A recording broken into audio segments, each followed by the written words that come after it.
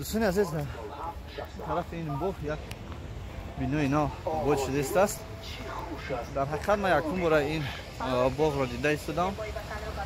این باغ را استراحت کردن خیلی خوب است. آره که از این طرف شرشر دریا است. با شما یک بار دیگه نشون میدم دوستان عزیز.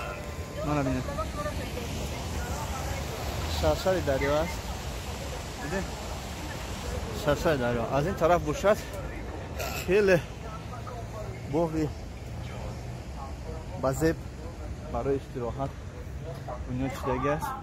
و در اینجا یک بینوی نوی که میبینیم در حقیقت نمیدونم که اینجا جوری چی است و باز در این طرف یک بینوی نو بنیاد شده ایستاده است. شاید اینجا یک با فکرم با مانند استالوی یک بینو هست که حاضر با فکرم کار نکرده، کار و فعالیت نکرده ایستاده است، لیکن خیلی زیبا است. اگر کار میکنم البته سهر که آمدگی هستم زفتر کردگی نیستم شغل دارم مادم زفتر میکنم برو توپ شده اتکریتا با فکرم که از پیشتره نویسندگی است محکم است برو توپ یا که شاید که بر وقت باشد. انا باز در این پارک ما چیو را میبینیم شما تماشا کنید که در اینجا سحر که هست بر وقتی الیفانتانا کشوده نشده است.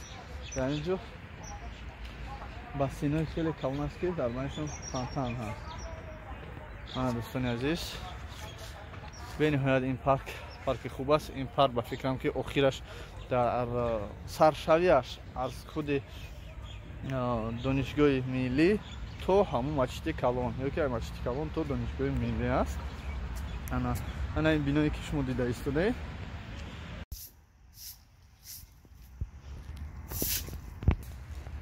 بینید چه خیلی زیبا است، چه خیلی فاسون است، به حد پروژه خوب، اطرافش هم خیلی زیبا و بینش یک فانتان گذاشتگی.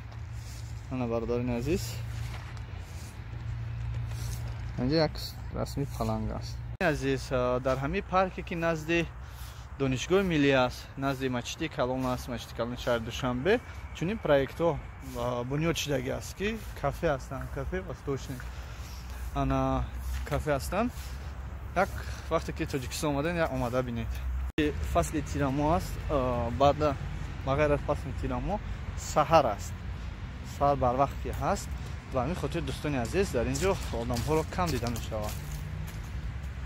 پر نه تنها جای مشق یا که فانتان مانا بسین دیده می شود بلکه در اینجا بیسیدکای دیده می شود که خیلی زیبا از چوب تراشیدگی هستند و در اینجا استول موندگان، یعنی استول موندگان، کرسیچه موندگان، میتونید شده هم صحبت کنید خاطر دوستان رفیقان خود. اینجا بسینی کلان داره یا حوض کلان داره. اینجا ببینید خیلی زیبا کردگی. از این طرف دایره است.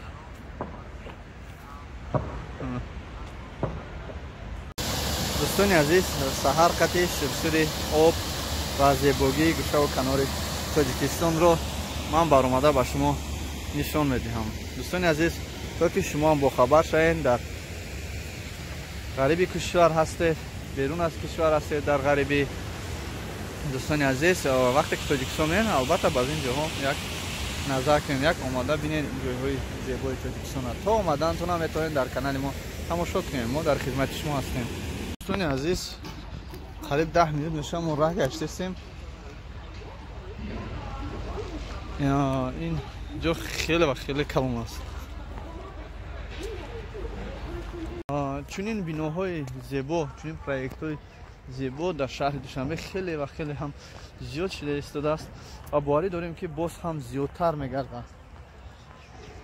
حقیقت چنین است و ما همه وقت کوشش میکنیم که چنین جایهای زیبا رو رفته دیده نوال برداری کنیم و پیشکش بردارینه که بیرون از کشور هستن تماشا کنن ببینن تا آمدن شما. وقتی آمدن انشاءالله که باوری داریم که خودشون آمده این جاها رو با پرگی تماشا خواهند کرد. در درون این بینو ما یک پروژه نوی اولی جنوب خیلی زیبا است دیده ایستادیم. دوستان من در اینجا بیسیدکوی هسته که با از гипс сохта шудааст, аз бетон сохта шудааст.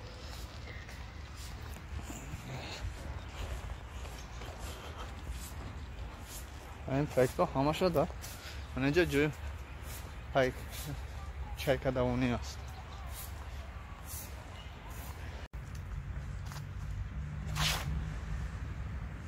هایکاون کلی خورس. در اینجا ما یک جو تستایور دیدیم. یعنی هایکل دیگری تستایور دیدیم در اینجا رفتن. ما یک خودکی با مزه می‌کنیم. این شاورما. حالا همه رو دوام می‌کنیم.